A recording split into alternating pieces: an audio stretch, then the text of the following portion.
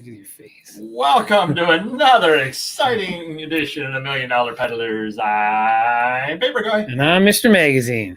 And it's the Hump Day Happy Hour. Salute. And Yes. Today we had Black Button Bourbon Whiskey. What'd you think of that one? Yeah, it tasted like a real black button. You're not a big fan of that one, huh? It had like 3 tastes, and it got worse. The further it went down my throat. Now they're a local distillery, and I guess I won't be taking you there on a distillery tour anytime soon. All right, thank you for that. I want to give a shout out to a good friend of the channel, Primetime Treasure Hunter. He had some pretty neat things we were looking at over on his Instagram feed. Yeah, definitely. Check him out on Instagram. Check us out on Instagram too.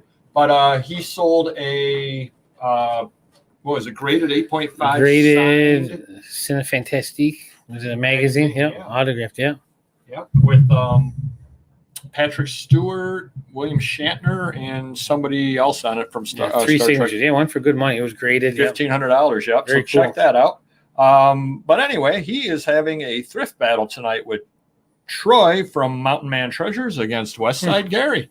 I think we've heard of both of those people before on the prior one. Yeah, I'm not scared of any of them. Well, we got bounced in the first Yeah, I know. round, so Yeah. got a couple of people here. Good to So thrifty, healthy, and happy. It was here 2.5 hours ago. Thanks for sleeping in.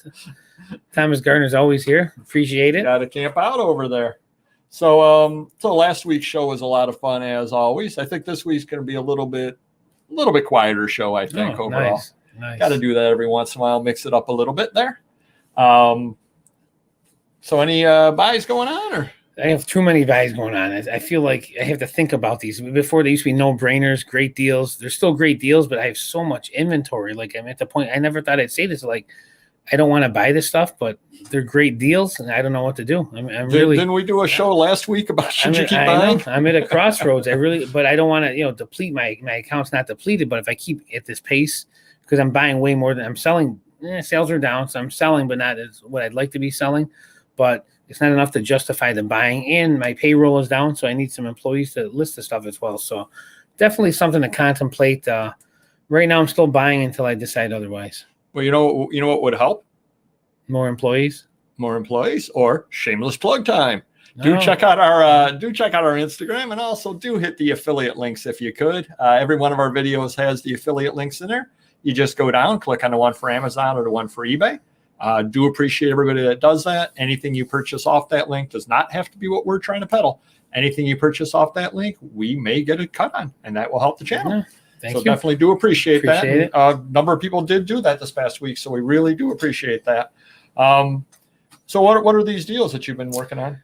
A local friend of ours contacted me and said he found someone a couple hours away with a huge vintage magazine collection.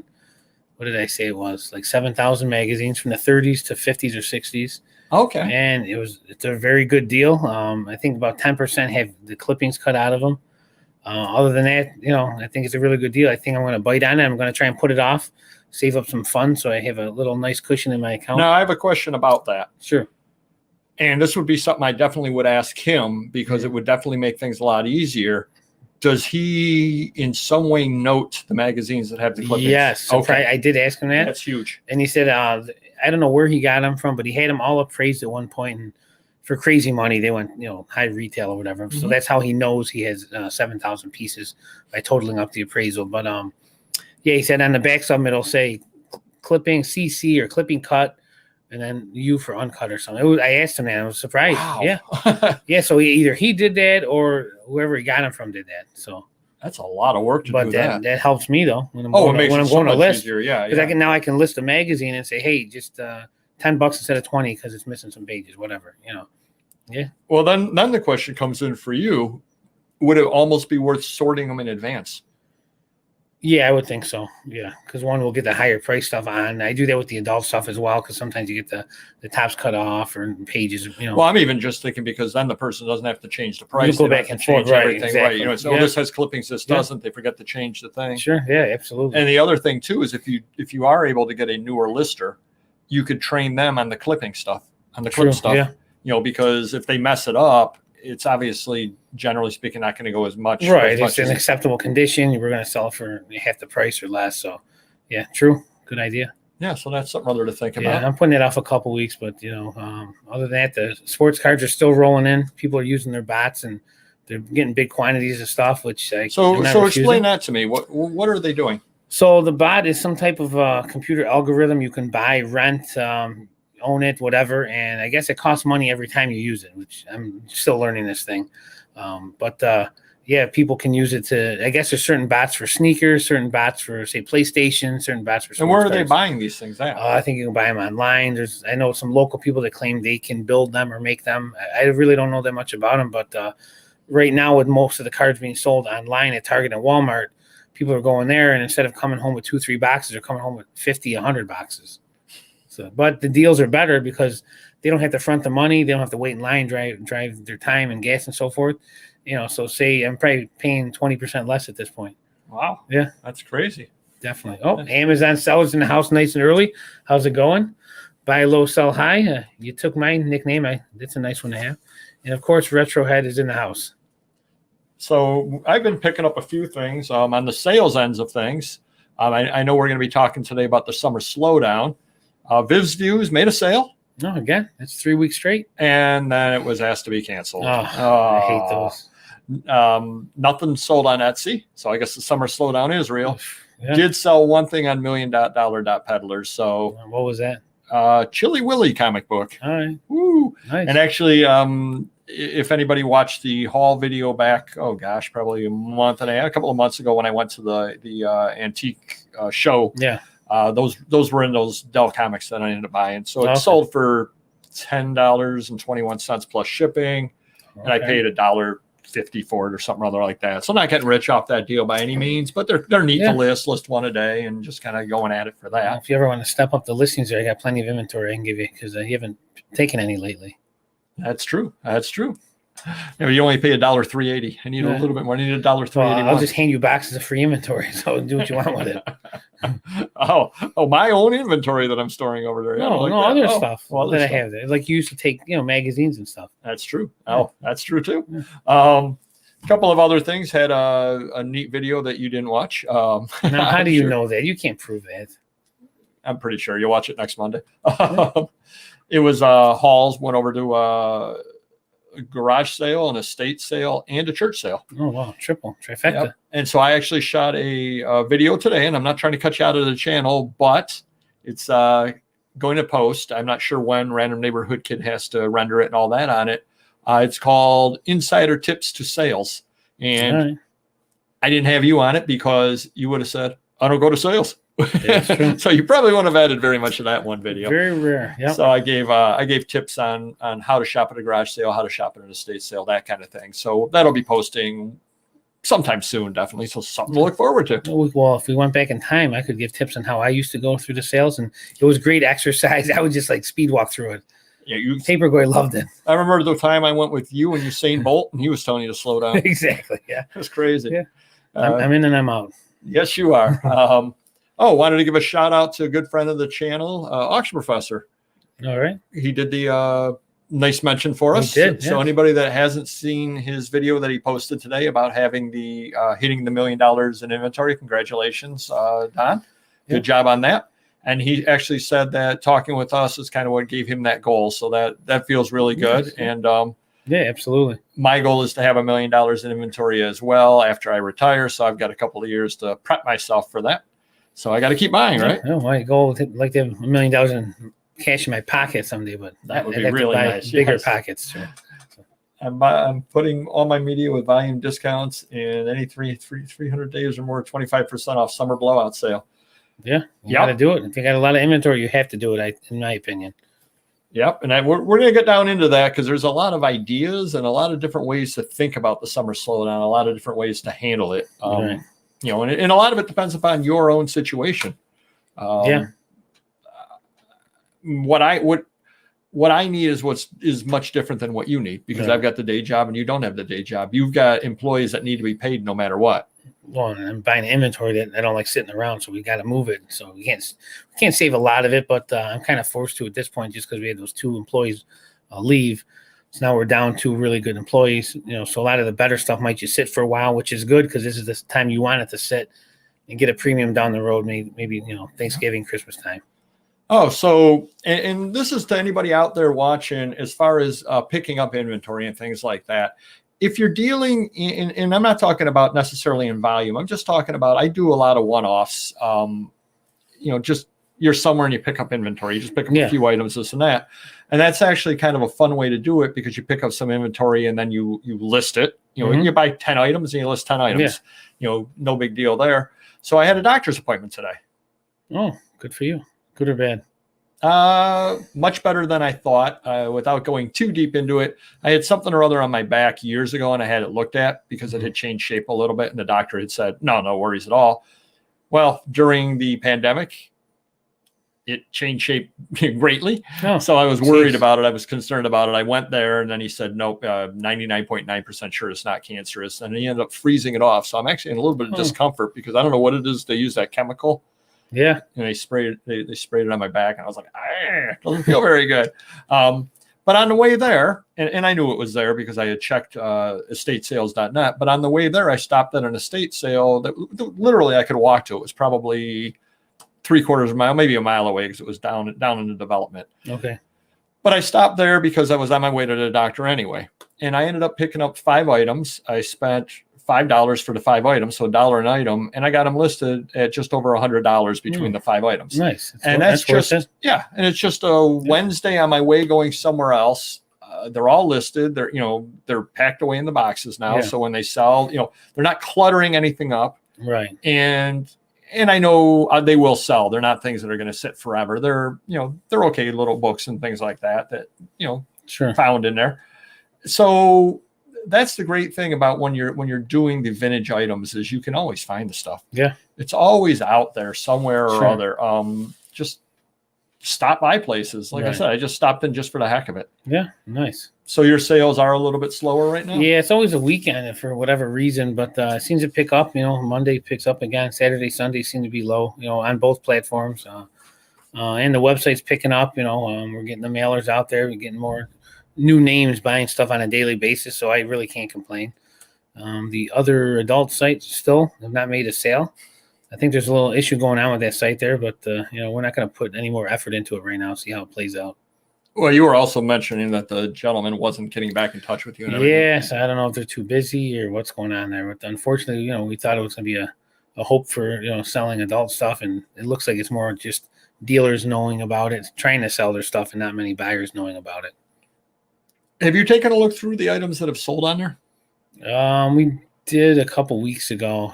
They seem to be lower end common magazines. Okay, because I was wondering if they were things that people were putting on there that they were mispricing, and other dealers were picking them off. Oh, that could be. I didn't think of that, but $5-10 magazines that seem to be in that ballpark. Which we listed a bunch of them with offers, without offers, and so far no dice. Wow.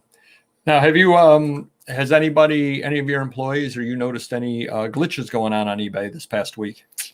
There must be something. Yes, there is. There was refresh. Well, no, they may not have told you or not. Listing glitches. I was running into. This was back probably 3 days ago. So whatever that was, trying to list items, and it would end up timing out. You got that dreaded little circle up there. It was timing out. And then I was having a real dickens of a time trying to relist items, because I would go and click on it to relist it. Yeah. And it would just kind of, everything would freeze up, and then some of the listings would disappear. So I'm not sure if they listed or didn't list. Okay. And then, so that happened a couple of different times. So then I came back, and this is something other to watch out. If you have this problem, make sure you do not do this. And luckily I caught it, so I didn't do it. So I had 3 unlisted items. Right. And I clicked on there to relist into the store, relist a fixed price. Yeah. And everything kind of froze all up. And so I left the page. Well, I didn't know this because it did not go through all the screens it usually goes through. Right. So I figured it was not listed. I come back later, and there's 5 different items there. So those 3 items were not there anymore. There were 5 items there. So I click on the 5 items to relist. And then you get that little box that says, do you want to change? Do you want to work with the listings you were working with? Oh, yeah. So I'm like, I always start with new ones just to play it safe. That's exactly what I did. Had I stayed with the old ones, I would have double listed. No, because those did end up listing.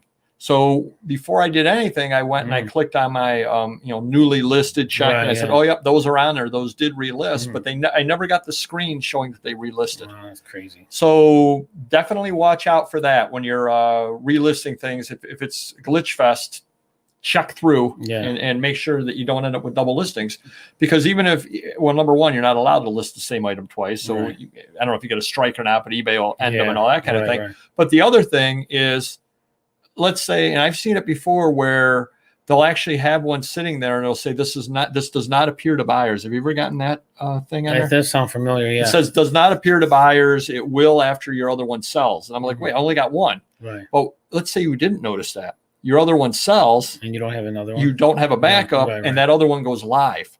And then you end up having oversold through really no fault of your own. I'm sure that's happened to me. I'm sure that is, because we have mysteries like that all the time going on. And I did tell you how to, if you're going to relist in bulk, how to get rid of all the other riffraff, like the web interpret listings at the end. Yeah, you said something about... Yeah, and the drop downs, just click to auctions instead of like all. And it took away all the adult. I mean, it's probably saves me 30 minutes a day now. I can do 200 relists in a minute. Wow. So that's great. Oh, we got Lori's in the house and Banana Finds. Hey, good to see you. Appreciate it. Thank you for coming. Couple of other things going on, I'm sure. I'm taking a look over here.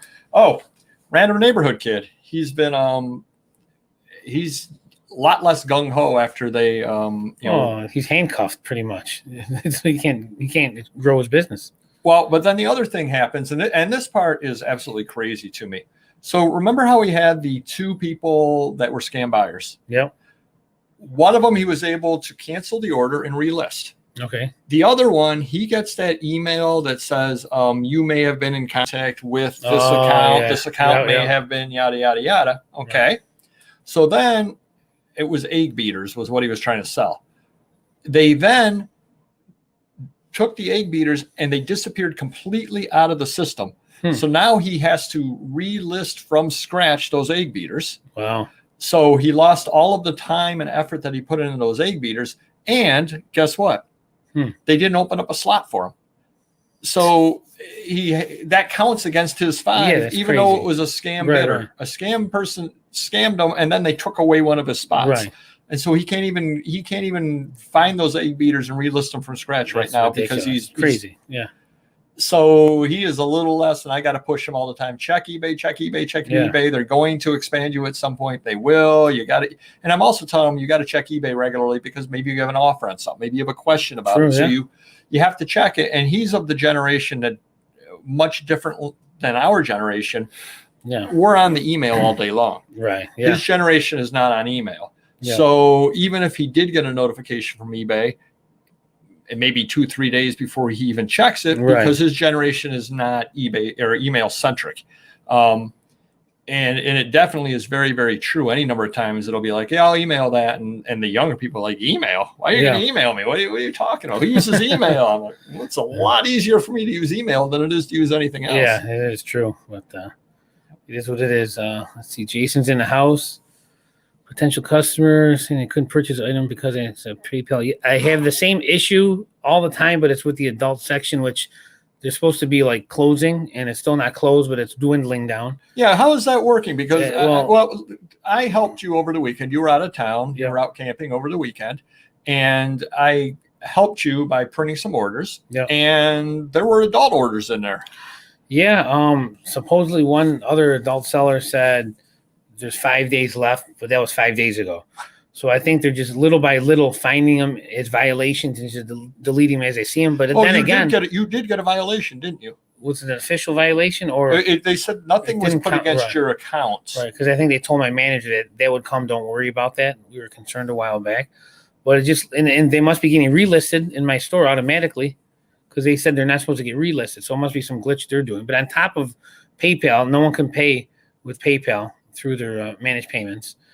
On top of that, just for adult.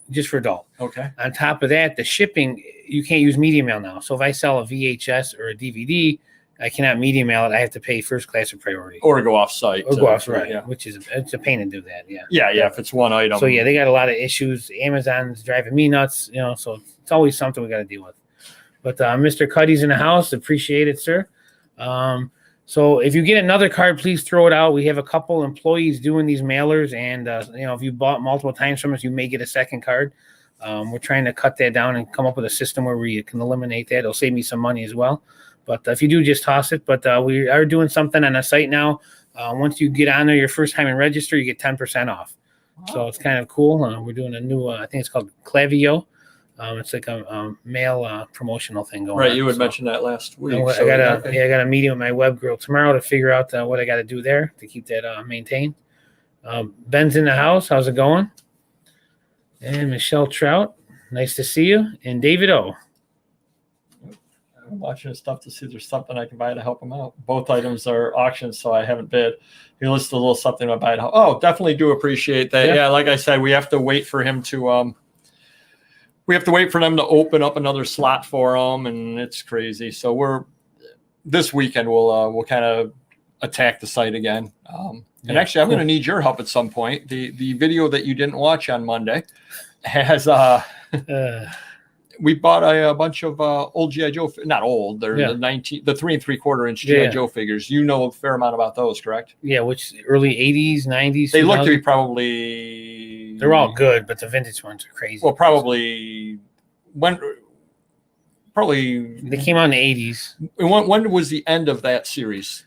Like early 90s. Yeah, right? I would say early 90s. Yeah, I think they're probably early 90s ones. Yeah, they're still decent though. Absolutely. Have you bought a box of them for a little storage unit thing of them for $8? Oh, so can't argue with that. And their weapons down at the bottom and all that stuff. Right. So have you take a look at it? Definitely.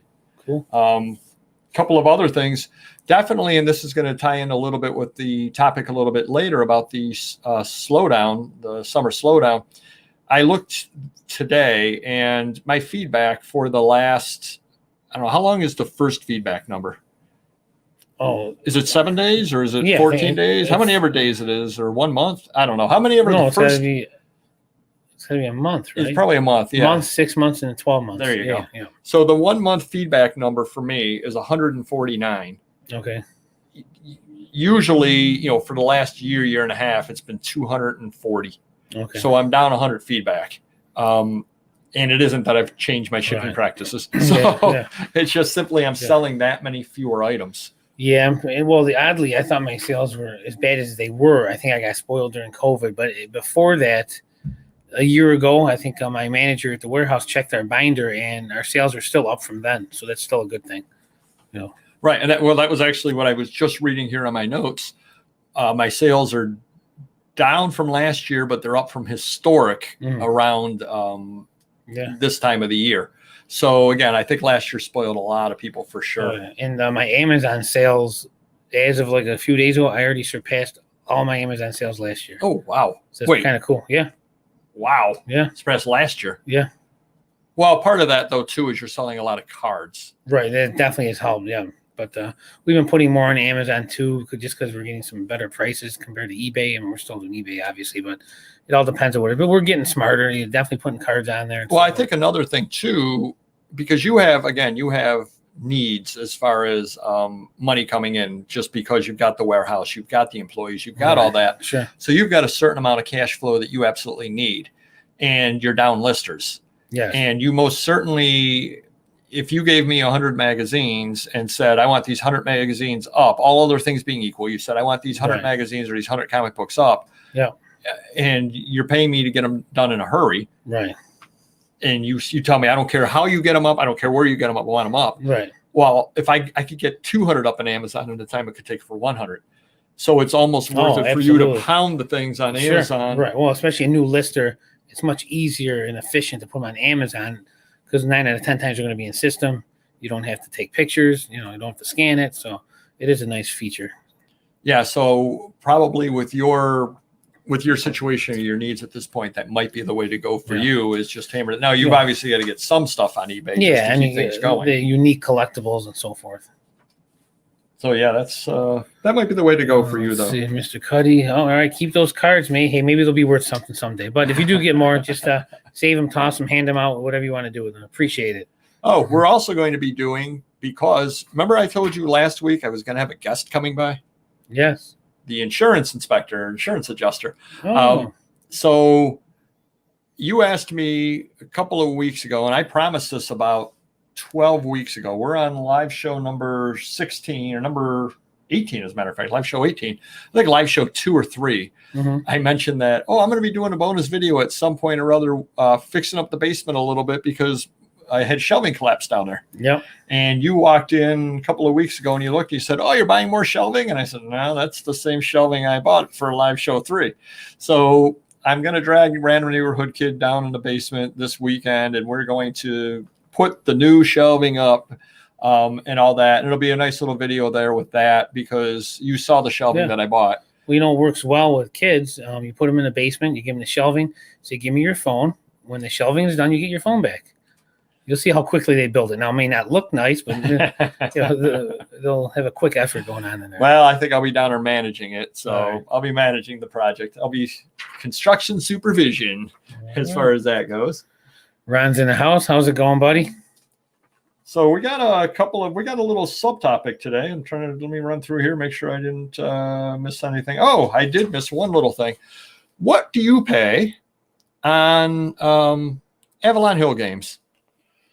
I mean, I'm going to say it varies, but it could be $10. It could be $50. Some of them go for a lot of money if they're unused. And so I ended up buying at the local flea market. And he would not name a price, but he told me these go for $40 a piece. I did a quick little search and I saw that one went for $40, but his was sealed. So I'm like, okay. Yeah. That's going to go for a little bit more. Okay. So he had 7 games. One of them was West End games, I believe. The other 6 were Avalon Hill. Yeah. One of the Avalon Hill was D-Day from 1963. It sounds familiar. I think I've had that one. There was Stalingrad sealed, and there was a second one sealed. So 2 of them were sealed. Yeah. The 1963 one was played. The West End game was unpunched. Okay. And all of the other Avalon Hill games were unpunched. So basically, it's 7 games, 2 sealed, 3 or 4 of them were unpunched, and one was 1963 but punched. Nice. Wow. So he said, name a price. So I ended up naming $100, and he took it. You just read my mind. Seriously, it really did. It's perfect. So I got them all listed up over there, and the sealed ones I'm asking 125 on one and 150 on the other. So maybe 150 they're a piece. Tough to find. They're older now. They're 70s, 60s, 70s, 80s. So yeah, definitely. But that's one thing out there, and you probably knew this, but anybody out there, if you do find the Avalon Hill games, the number one thing everybody mentions in the title is whether they're punched or unpunched. Okay. So, and the fact that these were unpunched, I definitely said unpunched, and I took lots and lots of pictures of them. Right. So I haven't gotten any action on them yet, but again, I paid $14 a game. Nice. Something other like that. So I know I'll end up making money on them. I was thinking of listing them on Amazon, but then I said, just list them on eBay just because. Sometimes it's things like that. You could probably do the same or better on eBay, and you're going to sell it in a week, usually. So for that, yeah. All right, Mr. Cuddy, some ladies and gentlemen in the apartment like adult stuff. All right. Appreciate that. Not sure so far, but I have had 4 people call me on the cards, and they all want to sell me their collection. So I guess it's good for one end of the, but I'm happy so far. At least people are getting them. They're happy. Hopefully, we got new names on the site buying stuff, and hopefully, a few big collections will come out of it soon too. Well, that ties into something other I was going to talk about a little bit in the Summer Slowdown, and that's I've got to. Hey, Jackass Retro, how's it going? Good to have you here. And that's. I've got to work on it. At some point, I'm going to have papergoy.com up and running. Yeah. And obviously, I have to draw people to it. Right. So what have you done as far as you're mentioning these cards? Yeah. Where did you get them from? How did you have them done? I had this printer make them up. They're 3x5. They look like a big business card, basically. And a lot of dealers, like Dave and Adams does it, a lot of them are doing these bigger business cards. They stand out. We were doing, the little business cards years ago, and I think people, they get lost in the mix with a magazine. Maybe they get thrown out with the sleeve. But so are these postcard size? Yeah, I would say they are. Yeah, definitely. And it has the website, name, address, phone number, what we're buying, selling, trading, whatever. And we just slip them in, and eBay allows you to do that. So we slip them in. We have non-adult ones that go in our Mr. Magazine orders, and then the adult ones go to Dirty Magazines. And then I know you also have a system there where you make certain that the Amazon orders do not get anything in it. Yep. The employees, they definitely siphon out Amazon because I've been stockpiling, saving all my buyers, orders for at least 3-4 years now. We probably got 10, 20,000 of them. So wow. We still got a lot to go through, but it's a costly process because, if you figure with the 51 cents for the stamp, the envelope, the card, the labor, I got $1 into each one. So, I'm doing maybe 50, 100 a day, pumping them out to mail. Now, how much did the card cost you?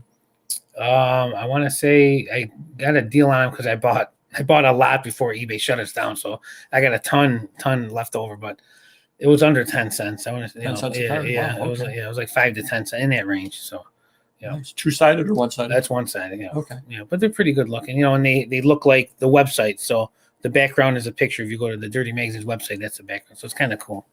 Yeah. Interesting. Yeah. Yeah. I may have to have you design my. Yeah. Well, who helped me originally is Web Girl. Okay. Yeah. Yep. Yeah. I talked to her about helping me design something on it as well. And she said, tell me what you want it to say. And I'm like, I don't know. That's the problem. I'm not sure. Yeah. Well, maybe if you buy something from me, you'll get one in the mail and then you could, duplicate it the way you want it.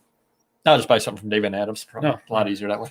Oh, well, good luck to your pocket. Yeah. Maybe you can buy another 52 box and open up a common grading I'm going to try to build a whole set off of that. Yeah. Nice. Good luck.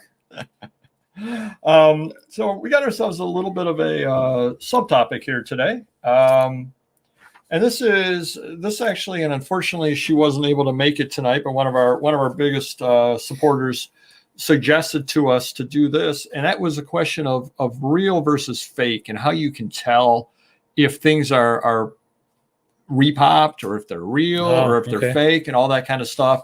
And that kind of ties all into warehouse finds and all that kind of thing.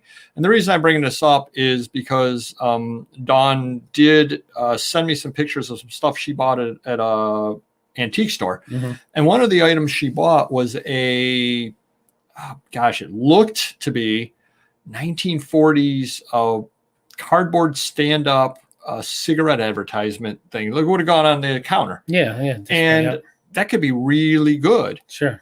But I said to her, I wish I were there to be able to just look at it myself. Right. Because so many times on this stuff, there's things that are repopped, and the repops look as good as anything else. And I know back in the day, I know you got bitten a little bit with the banks. Yeah.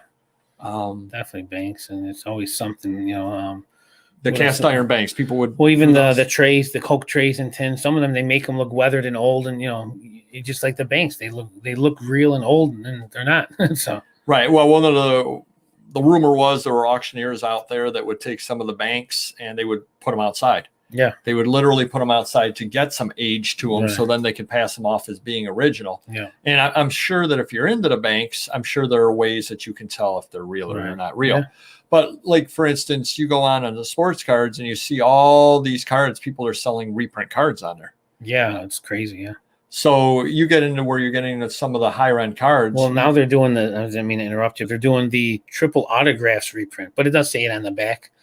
But I mean, it looks from a distance, it looks like the real ones, Now, which are the triple autographs? They could have Jordan, Kobe Bryant, and LeBron. So say it's like a $50,000 card. They're making reprints, and people are selling them on eBay as reprints. But you never know. You could, get one, to the lower end companies grading them or something and bring them in. I mean, I don't know. Well, then you wind up with the whole situation. Oh, nice. There she is. It's about time. She heard us talking. Hold on. She heard us talking about her, so she showed up. Her ears were turning red there. Too little, too late. One of the things that was happening with the old cards, if you go on some of the boards, people will take was it the Gaudis? That they would say reprint on the back. They would erase the reprint. Yeah. Well, what kills me is when you look at those old cars. I look them up every now and then if I'm buying some or trying to buy them or whatever. And say you got a Garrigan rough shape one for $1,000, $700, like really rough shape. And then you see ones that look nicer and they're going for $30, $40, $50. Obviously, it is a reprint, but are these people buying them? Hopes that this person doesn't know what they're selling? I mean, but you can look up Jordan rookies, anything like that. And there's always a few in there that the price does not make any sense. There's no possible way it's real, and you should buyer beware, I guess. That's tough though, because all it takes is, take a random neighborhood kid, for example. Mm-hmm. He does nothing with cards, has no interest in all of Right. them. But let's say that all of a sudden he goes, oh, I really want to get into cards. Yeah. And, I got a bonus at work, or I did this, or I did that. Yeah. I get Christmas money. I want to buy, oh gosh, this seems like a pretty good deal on it. Yeah. And he buys it and he's all happy that he went and he bought it. And Yeah. then it turns out that it's fake. Yeah. And they're Right. doing that with coins. They're doing it with Yeah. so many different things that Yeah. you get into. I mean, you see on there, and I don't know how the people get away with it, but they also sell covers for comic books, reproduction covers. Oh, and really? they'll say, oh, it looks Wow. really good, reproduction covers. They Yeah. sell the fake dust jackets. Yeah, they're right. selling it as a reproduction, which is all well But and someone good. could weather it and make it look real. I'm buying it as a reproduction. Yeah. I might not be reselling it as a reproduction. Right. Yeah. And that's where the problems come in. Yeah. How are they marking it that it's a reproduction? Sure. They're selling it to you for $8, $12, whatever it is. It's some high quality copy. Yeah. I mean, remember, have you read through? You probably didn't, because you were a lot cooler than me growing up. But I used to read True. through the. Wow, no argument on that one. I used to read through the comic book price guide. And, I did. Yeah, absolutely. Yeah. and you would see Action #1 or Superman #1, and there would be that big note on there. This is standard size comic book, Right. because people would take the giant size ones from the 1970s and try to pass those off. Oh, this is a Superman #1. Right, This is, or they'd take the cover off and say it's a cover of Superman #1, whatever, and try to get $1,000 out of this Right. $12 book at the time. Yeah. And so I guess it's been going on forever. People have been trying to rip people off forever, but it's sad as far as all that it goes. really is. And it can really turn somebody off to the hobby. Well, you remember that one time the guy came in with those T206, and they were all to me, and maybe I was just dreaming, but I paid him thousands of dollars for these things. He had a whole box of them, and they were all weathered. And I was looking at them, the thickness, and then after he left, I wrote him. Thank God I didn't have the cash. I wrote him a check. And after fact, I'm like, something's not right. You remember that? Yeah. And I actually called my bank, and they were able to stop payment on the check, and I gave them back to him. After he left, I'm feeling like, something's not right. There's too many cards here. I gave him $3,000, $4,000, $5,000, and I'm thinking about, there's a Cobb, there's this or that. There's probably 20, 30, 50. I go, there's no way these are real in this volume, but they were all weathered, the fronts and backs. They didn't say reprints, they weren't glossy. Unfortunately, I didn't have any to compare to at the time when he was there, but I think in my head, I was hoping it was real, and I jumped the gun. But luckily, it was the day I gave him a check, and I called the bank, and they stopped payment right on it. So right, and I think I helped you on that, and I think the clue that I had was there were no dupes, and there was just two complete of a set. Yeah, there was a lot of them in there, but there was creases on them, writing. I mean, someone took some time. Obviously locally, I'm assuming. And then I found out some other dealer claimed to bought them, and he thought they were all real and said they were, but I know better. Yeah, so that's just the crazy stuff that's going on out there. And that ties into I know she's talking about me. And that ties into somebody that I've purchased from before, and they had some cigarette stand-ups, and they were trying to sell them, and they were legitimate. I don't have any doubt at all they were legitimate. Right. But it was one of those dreaded warehouse finds. Yeah. Because they wanted $20 on it, which they said, look it up online, which, okay, it's, $7,500 item online. So $20 is very fair. Well, then somebody goes, I'm interested in buying them all. How many you got? And he goes, I got 70 of them. Yeah. So that price is going to plummet. Yeah. Oh, yeah. As far as that goes, unless you put one out a month and hope it sells, and another one out. But still, you're talking how many 4 or 5 years you're going to be doing that. Yeah. And I remember it's a story I've related before on here, and I don't remember what the magazine was, but it was some kind of a return of a magazine that they literally had a pallet filled with the magazine. Literally one pallet, all with the same magazine. Yeah, I remember that. Yeah, and I could have gotten it for probably $5. That's the lowest the auctioneer goes to. I mean, the whole pallet? For the whole pallet full of magazines. So I don't know, 100 in a box and a pallet full of them. You're talking what? 1,200, 1,600 magazines, but I don't remember how high the pallet was. Say 1,200 magazines for $5. Right. But they're all the same title. Yeah. I guess when I think about it, I could have bought them for packing material. It is true. Well, that's very true. Yeah, why not? But even back then, there was no, we're going back 8-10 years. There was no grading. And how you getting the pallet to your house? You making multiple trips? They could have. I was with a buddy who had a van, so they could have all fit, but they also would have taken up all that room. Right. And there was no grading at the time either. Yeah. Now, if there was grading, you buy a pallet full of them. Yeah. Hopefully, there's some 9/8 in there. Yeah. Yeah. One would hope so. But you're always worried about that. And that's why it's always best to hold the item in your hand. And after you've done it for a while, and a lot of people will use the loop to take a look through it, especially with the printing, and then you can take a look at it. Sure. You know, and there are times when I've been at sales too, and I've seen brochures and things like that. And 1970s, they did a lot of reprints of various like tool brochures and things like that. Okay. Yeah. And I've held the things in my hand, and I just said, "This isn't right. Right. This is not." Well, newspapers of historic events. I mean, I've seen it all. Yeah, definitely. Yeah, you're holding in your hand. You're going, "This is not 1910. It just it isn't." But I can't tell you why it's not. Right. I just have done this long enough to know this is not 1910. You know, and then when you know the history, that they did a lot of reprints in the 70s. Right. Okay, the expectation is it's a 1970s reprint. Well, the first Sports Illustrated, it wasn't a reprint, but they found a warehouse finder. They reprinted them or something like that. The Playboy, the first Maryland, they redid that, but there's variations. But I get people that call me up and they say, "Oh, I have a high grade one. It's worth $10,000." I got to explain to them, about the square and the rectangle, the staples, and hopefully they'll research that ahead of time so they know I'm not, Yeah, it got at some point. Wasn't the second issue of Sports Illustrated worth more? Oh, I think it still is. Yeah, I think they had better cards in it. I think that was it. And I don't think they made. Obviously, they didn't make as many now because of what they reissued on the first one. Because you can get them in the bind. They had it like some special binder, commemorative edition. You can't tell the difference between them. So, yeah, and that's why they dropped in price. They were hundreds, $200, $300, $400, $500. Now $100, $150. So there's no way to tell on them. I don't think so. No, no real way, no easy way to tell anyway. Wow. If you get them in the binder, obviously, they're just like in the little sleeve in like a nice binder, but they're nice. It's great, but there's yeah, because I guess I sort of did know that. Now, what's the difference on the Playboy first one? So in the upper right corner, I think the original has a square black box. The reprint is a rectangle, which goes all the way to the top of the page. And there's now, the square has white around it, the white background. And then I think the original is 2 staples. The reissue is 3.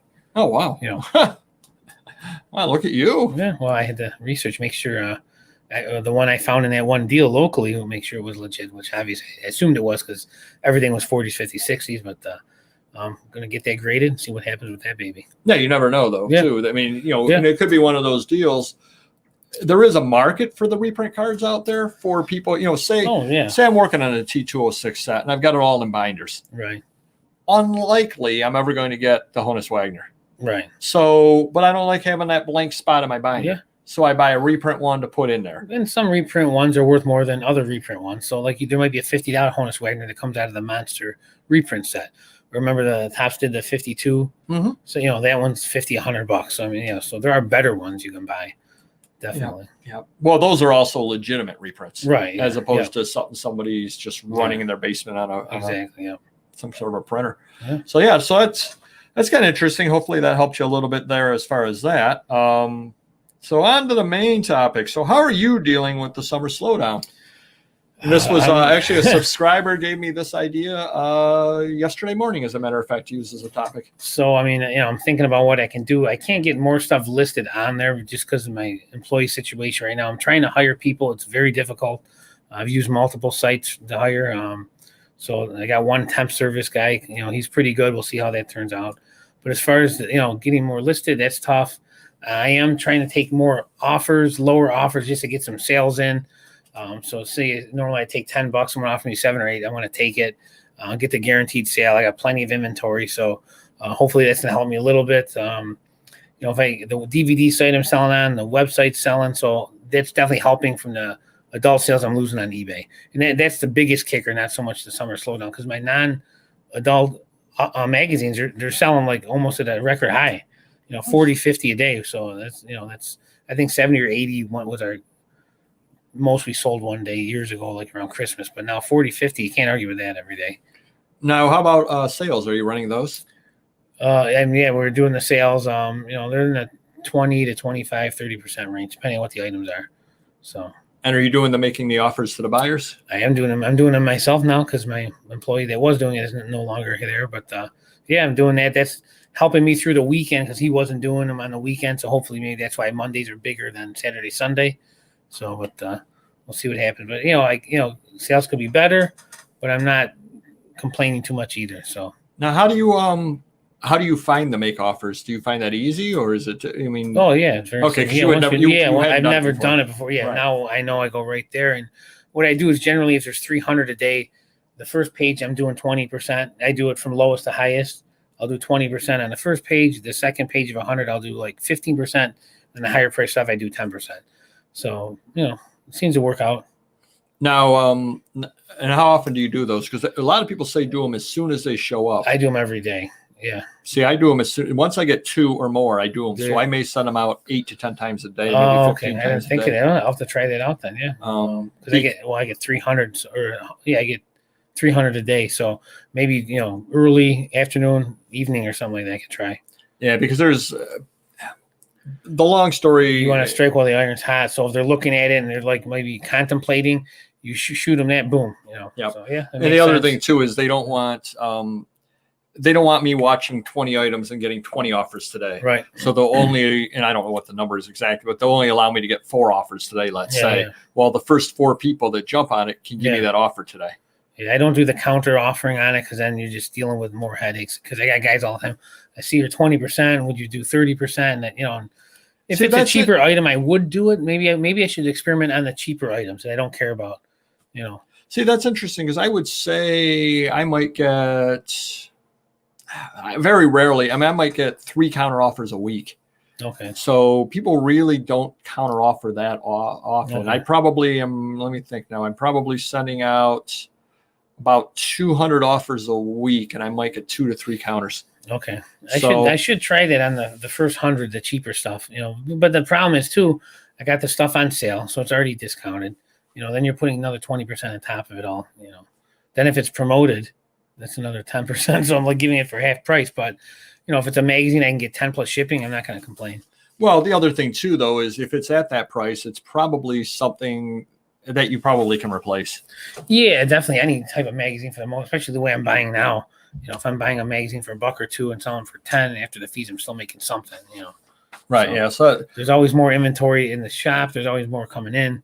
So definitely. Well, plus you've got the workers there, and if they're filling fewer orders, you can have them stay an extra 5 minutes and fill 5 more orders or something absolutely, like that. Yeah, definitely. I want to try that tonight or tomorrow. Yeah. So that's that over there. So I guess the way that I'm looking at it a couple of different ways. Well, number one, let's say that you take vacations. Mm-hmm. Which there are people out there that take vacations. Right. Now is the time to take that vacation, if possible. You don't want to be taking the vacation, Black Friday or Cyber Monday. Sure. You just don't. So change your mindset. And a lot of it depends upon what your specific needs are. I mean, obviously, again, as I say every single video, if Wolf's at the door and he's got to bring his own lunch, you're that poor, well, then it's a different story. Mm-hmm. But if you don't need to make the sales right now, you've got a little bit of a cushion and that sort of thing. Yeah. Take the vacation now. Things are slow now anyway. No, I'm doing it. Don't worry. I'm doing it. Oh, yes, you are. But I'm saying, though, now would be the time to do it because, again, you can't do it over the Christmas season, generally speaking. And maybe you can take a long weekend to, see family over the holidays. But even then, I'd be so stressed out. If it was before Christmas or, after Thanksgiving, I couldn't do it. I'd not enjoy myself. Maybe right after Christmas, maybe a little bit, but then, you still got sales are going to be heavy through the next month or two. So, yep. So turn the negative of the poor sales into a positive that I can take a break now, a much needed break now, a much needed vacation now. And I'm not hurting myself because a couple of years ago, I did take vacation over Christmas. I went with Mrs. Papergoing and we went back over in Random Neighborhood Kid and we went to the Philippines and I missed basically 3 weeks worth of the Christmas season. Now I knew that it was going to be happening. I had planned for it financially, et cetera, et cetera. But I would much rather go this time of year if I were doing that kind of thing, sure. just because the hit to my sales would be much lower. The hit to the business would be much lower doing it that way. Right. Another way to think about things is a lot of people are doing what you're doing in that they're trying to jumpstart their sales because they, for whatever reason, either they need the money to make bills, they need the money for their own psychological, like, oh my gosh, I need to have this. Well, you're used to so many sales and now you're dipping down. And, oh my God, I'm in trouble. I'm losing this. I'm losing that. You know, like the adult stuff, I was losing $1,000 a day. That's a huge hit. So I got to make that up somewhere, you know, or I got to change. I got to get rid of people and something.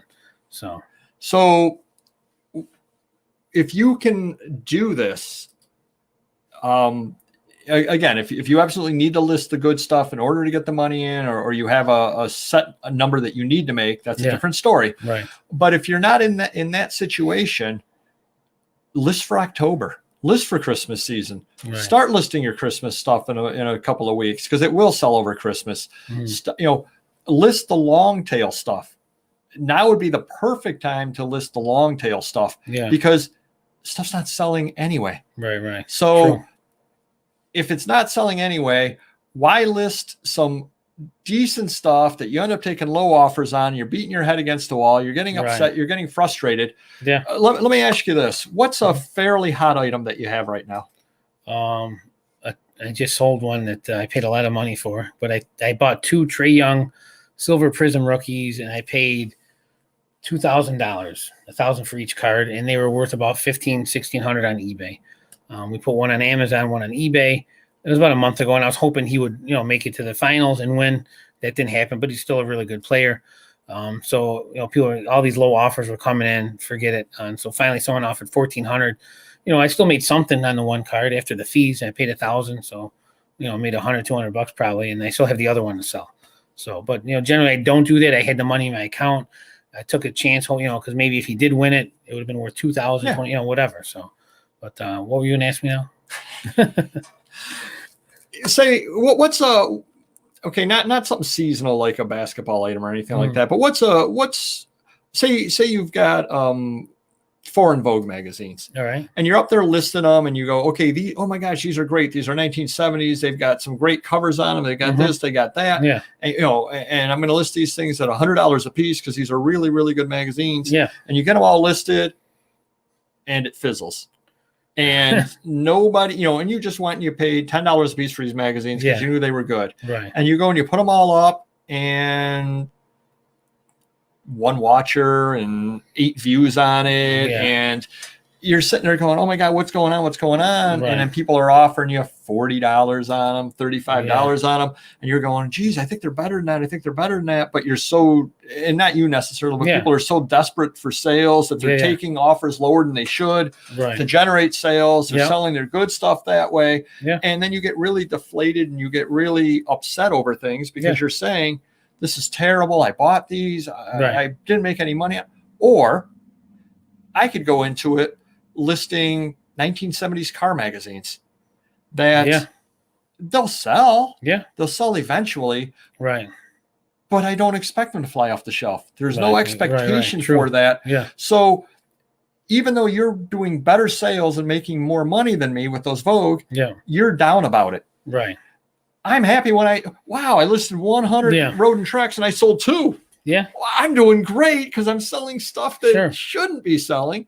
And you're down because your stuff that should be selling, isn't going for what it should be. Yeah. So it's almost like a psychological game there. Well, I'd like to put, say I bought 500 Vogues. I'll give my lister 100. List these. Let's see how they go. Like I gave them these Hot Wheels. They were loose Hot Wheels from the 70s, 80s, 90s. And instead of terra-peaking all of them, some are going to be worth 5, some are going to be worth 20, 30. I go, there's 100 of them. List these, take them a day or two, whatever.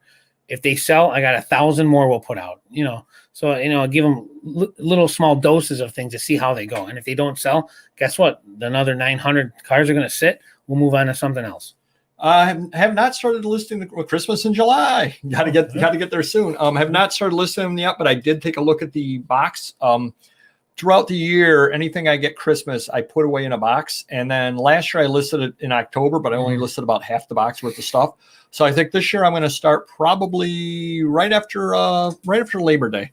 I think I'm Okay. going to go through and start listing all of the Christmas stuff that I have, Cool. just so it all gets up, because it does. Yeah. It will sell straight through. Right. But like I said, a lot of it is the mindset of it. Yeah. You know, where you may have the same sales or even more sales than me, but because you're selling better things cheap, Right. you have a down view of everything. Right. And oh my gosh, eBay's so bad. Whereas because I'm listing long tail items, I'm happy to make the sales on them. Right. Oh yeah. And let's say I got a $10 Vogue. I paid 10, and this cover goes for 100. Put up for 100, and they're offering me 50 a month later.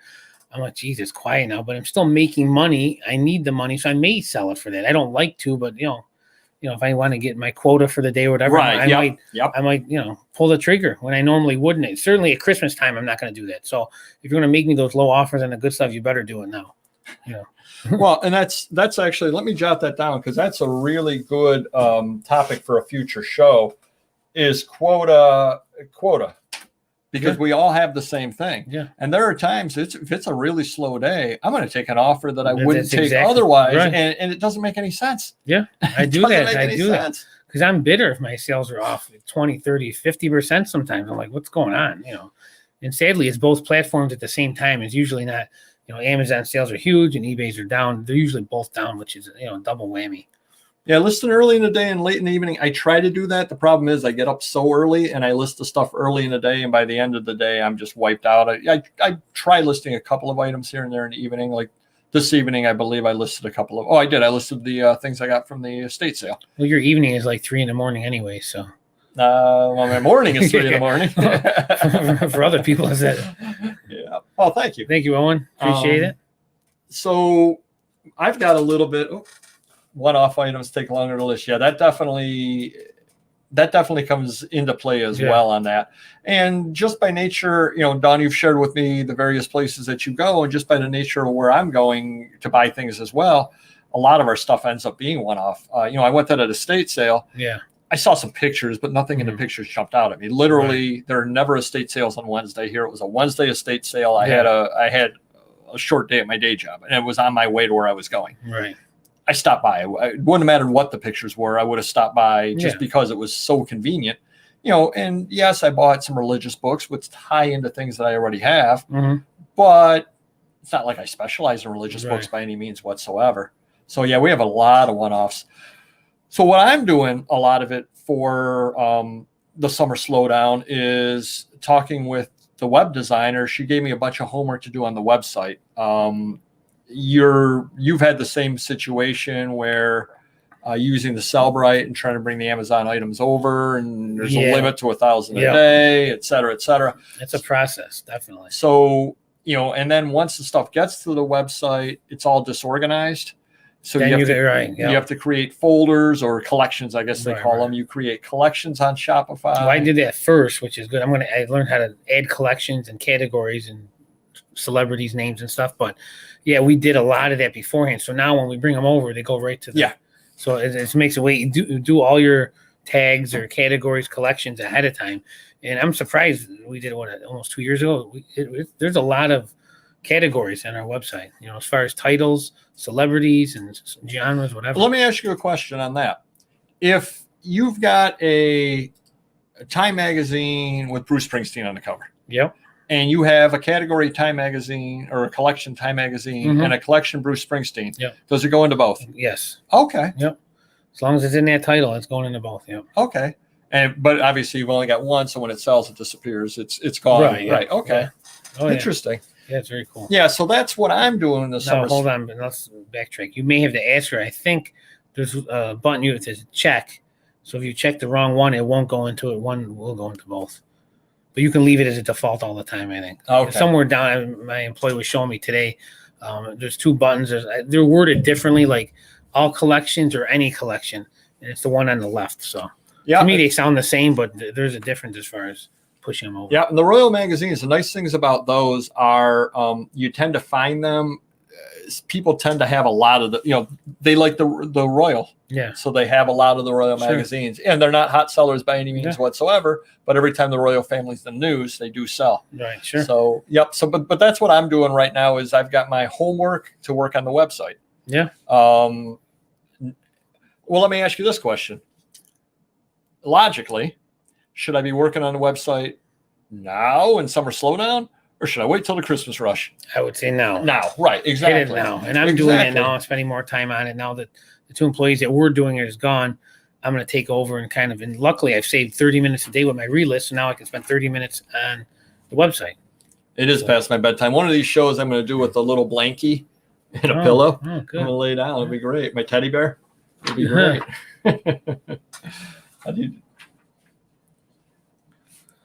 Well, we do it. We do it all the time. And again, you used the different percentages. I use 21%, generally speaking. Okay. However, I only do 10% on Vivs-Views or Million Dollar Peddlers. I only do 10% on those sites because the prices are so much lower on those. But yeah, I kind of said 21% for 2021.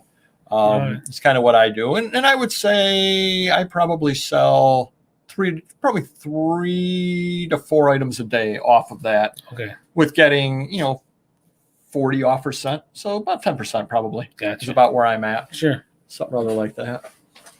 Let's see what we got going on here. Resell Studios here. How's it going? Spending more time sourcing. I'm hearing that a lot too. Yeah. Yeah, that's another thing to do too, because, as long as you're not, well, number one, as long as we're not, which none of us deal in perishables. If you're dealing in perishables, it's a different story.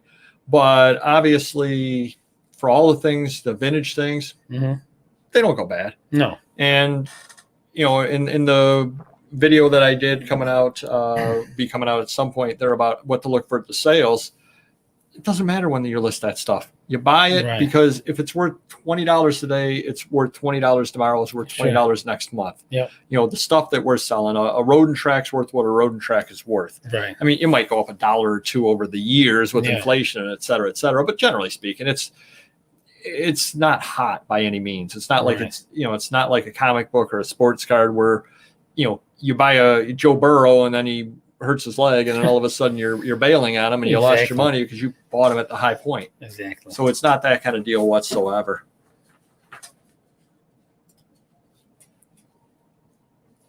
Doubling down on listing. Yeah, that definitely helps. And that's another thing too on that. And that may not pay dividends now because the stuff might not be selling regardless. But definitely if you're in it for the long haul, no doubt at all, it will help. I mean, do you do all the printing on eBay and Amazon, correct? For the most part, yeah. Roughly what percentage of items, and this kind of ties into the show we did a while back about the long tail, what percentage of items you're selling are newer listed versus older listed? Would you guess? A lot newer. I don't know, 50% probably. Are newer? It's a lot, yeah. But how much, but like how far back do the old listings every day sell? we sell something from 10 years ago. Yeah. 9 years ago, 8 years ago, 7. Yeah, it's every day. Definitely. And I was laughing because when I was doing the printing for you this past weekend, I saw a couple of things that sold that were listed by employees that are no longer with you. Yeah. And that's really the beauty of it. You paid them, they're 3 jobs past you. Right. And you're still selling things making money they off. Yeah. That's great. So that's the good thing about doubling down on the listing is it will sell at some point. But do list your dead inventory now. The things the long tail stuff now, because again, then you won't get frustrated because it won't sell. Well, what I'm doing because it's not supposed to sell. Right. With my new listers, I'm making it easy because I'm learning they can't go back and forth and change categories and do a car and then a comic. So I'm putting like, hey, there's 100 cups, get these cups on. 100 Hot Wheels, get these on. So that it's easier for them to just learn the item for a day or two, pump them out, and then DVDs, whatever it is, and just 100 of this, 100. They're not going back and forth, confusing themselves, taking longer. So. Yep, and that's the organizational stuff. That's what I'll be doing this weekend with Random Neighborhood Kid. Be doing fixing stuff up on that as well in the basement. Okay. And that kind of ties into. I had one other little note over here.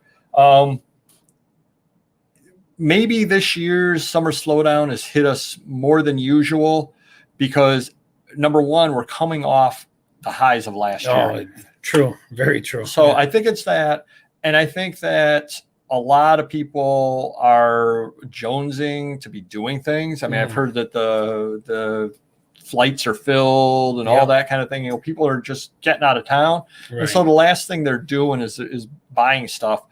but we're still higher than we were 2 years ago. Right. We're not as high as last year, but higher. But guess what? Guess what's going to happen next year about this time? And what's it?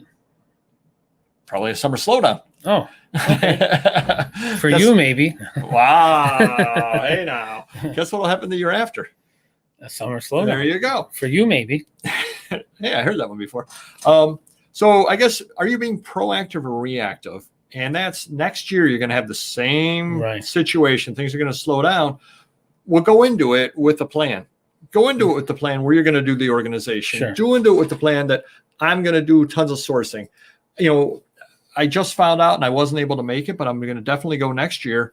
Down over in central New York, there's a 50-mile flea market or 50-mile garage sale. Wow. Yeah, 50 miles worth of people all set up along this one road. How's that compared to Madison Boxville? Oh, it's a lot bigger. Is it okay? And then there's something down south. I think it's the 500-mile garage sale or something like that. I think I heard about that. That's insane. Yeah. How could you do that? How long is the sale? A week? It's got to be a week. It's got to be a week long. Yeah. And basically what people do is they start in one area and then drive down and then really do it all, though. I mean, really. No, you don't end up doing it all. You just do parts of it. But say you've always wanted to do that. Yeah. There you go. You take your vacation, you go down there and get a lot of exercise. You're doing your sourcing, you're having fun, you're going on your vacation. Yeah. You know, you can expense it. Yeah. You know, and you're also not missing a lot of sales because of the slowdown. Yeah. So be proactive into next year and don't react to this situation. Be proactive. And I think that will definitely help you a little bit over there. Yeah. So for Owen, for the website, I've been putting flyers in and mailing them out to people because I keep all the eBay addresses. So that's helped me. We've been promoting the website for a while. You know, it's been around 10 years, but it's really picked up the last couple of years since I kind of put more money into it. We put more listings. We have Celebrate, so we're pushing listings over to it. So there's a lot of content on there. So it's a lot of work, but I think the flyers definitely help mailing them out to customers. Well, when papergoy.com goes live, maybe I'll get a Super Bowl ad. Yeah, there you go. I would definitely get a lot of traffic. For sure. Yeah. All right, Lewis, let's see. Lester was going to tell me a lot about what I needed to do to grow and still be able to keep up. Yep. True. Yep. All righty. So that was that over there. I'm going to yell at our audience for once. I don't like to do this, but I'm going to have to yell at them. What didn't they tell us to do? Either hit the like button or smash the like button. Right. They didn't tell us to tell people to smash their like button. I haven't been being quiet about your story that's coming up. Do you know what it is? I don't know what it is. It's actually a good one. I was hoping you forgot. No, I'm just kidding. It's down here on the list. All right. Time for the rambling story of the week. So back before I knew you, I lived in Rochester, and I lived in a not so nice area of Rochester. It was all that I could afford at the time. My rent was $325, utilities included. Bargain. Third floor. There you go. Mm-hmm. Lived up over there, and then they raised my rent to $355 a month. So they saw me coming. Still a bargain. You know, car broken into, things stolen out of the car, et cetera, et cetera. It was not the best of neighborhoods, but lived there for just over 2 years, 2.25 years. And I remember I was coming home one evening from a friend's house that lives somewhere near there. Right. And, oh yeah, it's a great story. And so I was at a stoplight, and there was a one-legged black guy who was begging. Mm-hmm. And he opens my door, and he jumps in the car. And he says, "You needed a ride." Hey, that's exactly what he said. Yeah. He said, "Hey, I need a ride." I mean, well, I'm sitting there like, okay. You know, I'm some 22, 23-year-old kid, and, you know, he's sitting there in the car, and he goes, "Give me a ride. I got to go to this party." I go, okay. So I drove up into another not so nice part of the city. Right. And he goes, "Wait here." And he gets out of the car. Wow. He owns you. Yeah, he did. He came back. He goes, "I need a ride over here." And so I'm okay. So I'm giving him a ride over there.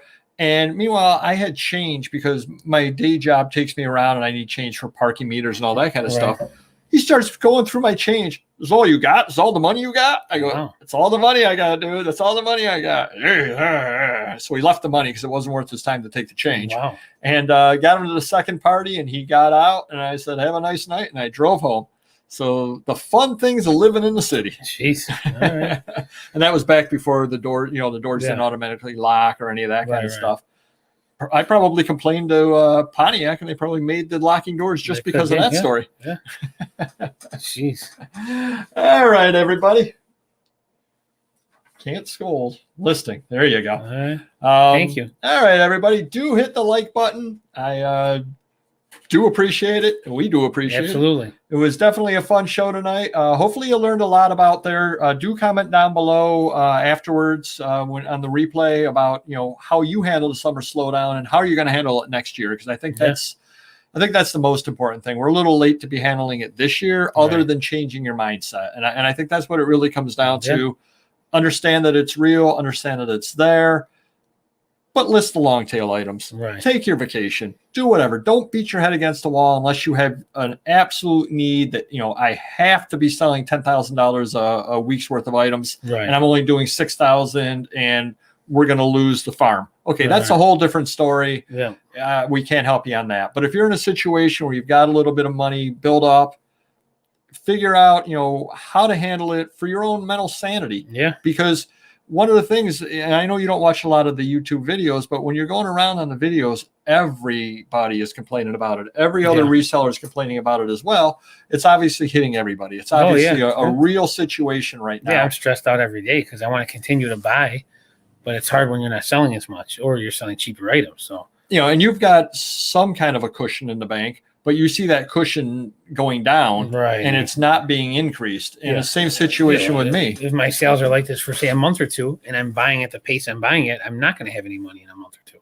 So, yeah, and it's the same thing with me. And it's funny because I've got some money in a business bank account, and I'm going on Heritage to buy things. Yeah. And I just got some notifications that I was outbid on some stuff that's ending tonight. And I said, oh, well.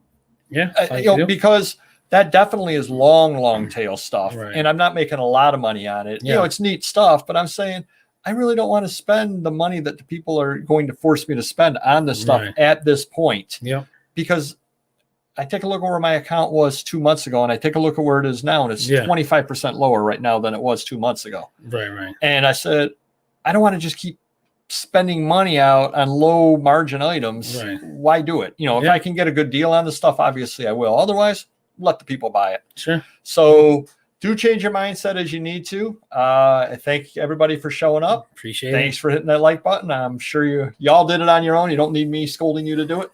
And we will see you next video. Take care. Bye-bye.